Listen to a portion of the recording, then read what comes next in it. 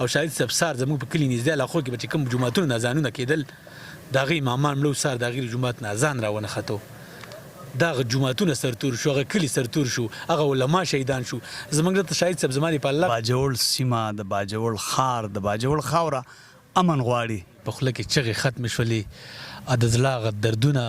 بلکل په ځای ودرېد هغه ختم شو ځکه چې پرون مازدیګر کله د دماکه وشوه درز وشو نو موږ ډایرک هسپتال ته راورسېدلو شاهد صاحب چې کله موږ هسپتال ته رالو په دغه وخت کې ایمرجنسي ناپس شوی و چې د رکشې نه واله د موټرسایکله پورې ټول ګاډي چې کوم دی ډک را روان و لکه یو دوه لس او شل نه و چې یو امبولانس په ورته ولاړ وی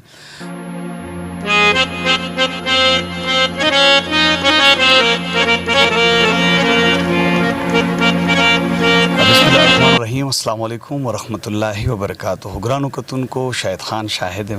موجود مجي په باجوړ کې چرته چې پرون دماکه شوی و په دغه ځای باندې بلا شهیدان د خاورې ورکړي دي دلته کو ګورې نو هر طرف ته غوښې چپړې ټوپۍ سپلۍ کونټۍ دا پرتې دي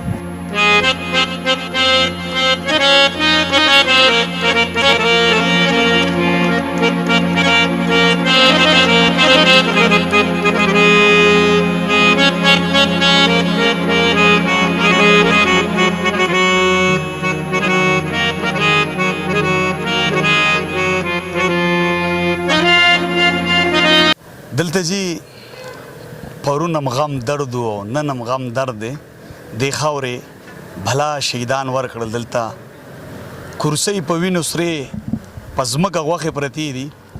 چپړې ټوپۍ پرتې دي دا که تاسو وګورئ دلته راشه دا پیزارونه پراته دي دلته انتظامیه لګیا ده راټولئ دا د هغه شهیدانو کوم چې پرون شهیدان شوي دي دلته دا ټوپۍ پرتې دي د هغه شهیدانو بلا شهیدان د خاورې ورکړل دلته کونټۍ پرتې دي او لاندې وینه پرته ده غوښې پرتې دي چونکې هغه په کیمره ښودلی نه شم د وینو ډکه د غوښو ټوټو ډکه دلته پرون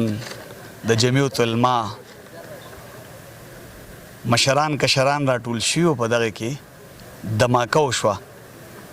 د ظلم یو انتها وشوه دلته تحصیل خان هم زما سره دی راځئ السلام علیکم وعلیکم السلام شاهد صاحب یو جهان مننه یو نړۍ مننه تاسو همیشه زموږ د باجوړ په درد کې درد یو کلی اواز مو راسیو کړی دی دلته راغلي و یو جهان مننه قدرمن پرون چې تاسو کال وکړو چې دماکه وشولو بلا شهیدان یې ورکړو یقینا که وګورئ دلته ځای په ځای د غوښو ټوټې پرتې دي لکه قرباني چې وشي و ځای په ځای غوښې پرتې دي ډېر یو دردمن منظر دی بیا هغه پلاران او هغه میندې په زړه سوری شوې د پلارانو د ملا تیر مات شو میندې په زړه سوری شوې ډېرې خویندې تورسرې کونډې شوې او ډېر ماشومانان یتیمانان شو په پرون ورځ کې اوس مې اورېدل چې بحث یې د شهیدان ورسېدل او لا سیریس مریضان پراته دي په هسپتالونو کې الله دې خیر وکړي تاسو خو په موقع وئ هسپتال کې تاسو څه ولیدل هغه وخت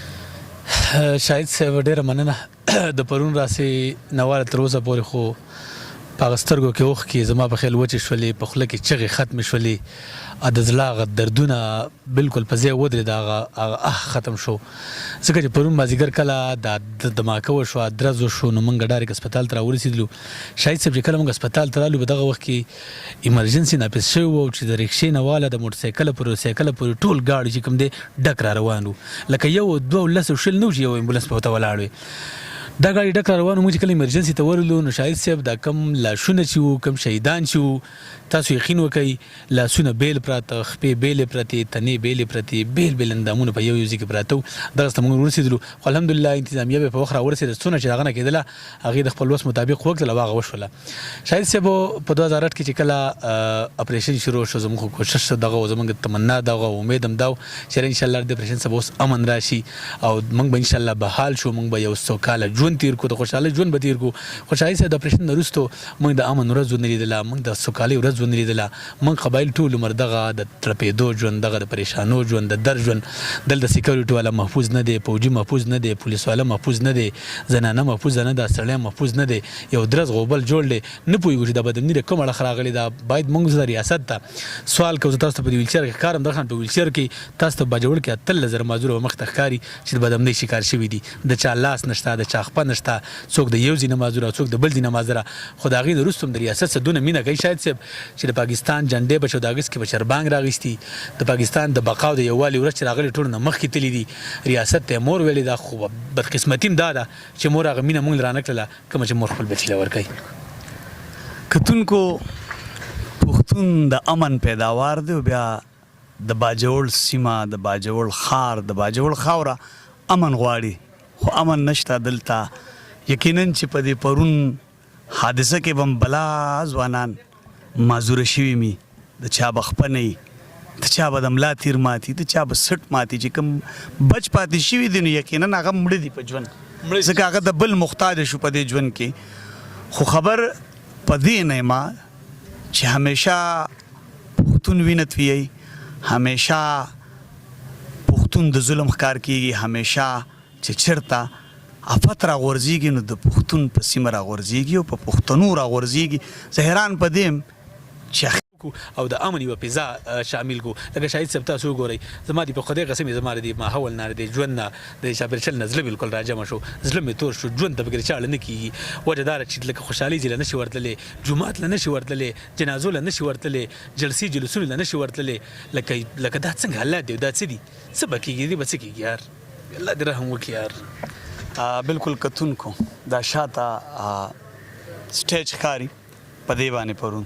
دماکه شوې وه سانحه دلته وشوه بیا دا ګیر چاپېره به تاسو ته تمبو ښکاري چې تمبو هم شته ټوپۍ هم شته سټیج هم شته خو هغه ځوانان هغه علما کرام هغه قاریان هغه مفتیان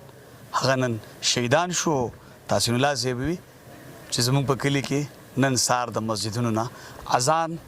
رانلی د اذان غږ رانلی ځکه چې هغه شهیدان شو یقینا په دې سیمه د امن چغې موږ وهو چې امن غواړو خو امن موږ ته نه څوک راکوي او نه میلاویږي موږ پښتون د امن پیداوار یو موږ امن غواړو تاسو څه ویل غواړئ په دې سانحه بالکل شاهد خان شاهد صاحب تاسو د پریال ټي وي او تاسو د کیمرامین ډیره زیاته شکریا ادا کوم او دا کومه سانحه چې راغلې د نو زه یم چې موږ نه پوره اسلامي نړۍ چې څومره په اسلام مین خلک دي څومره پښتانه دي او که پښتانه نه دي د نورو ژبو والا دي نو هغې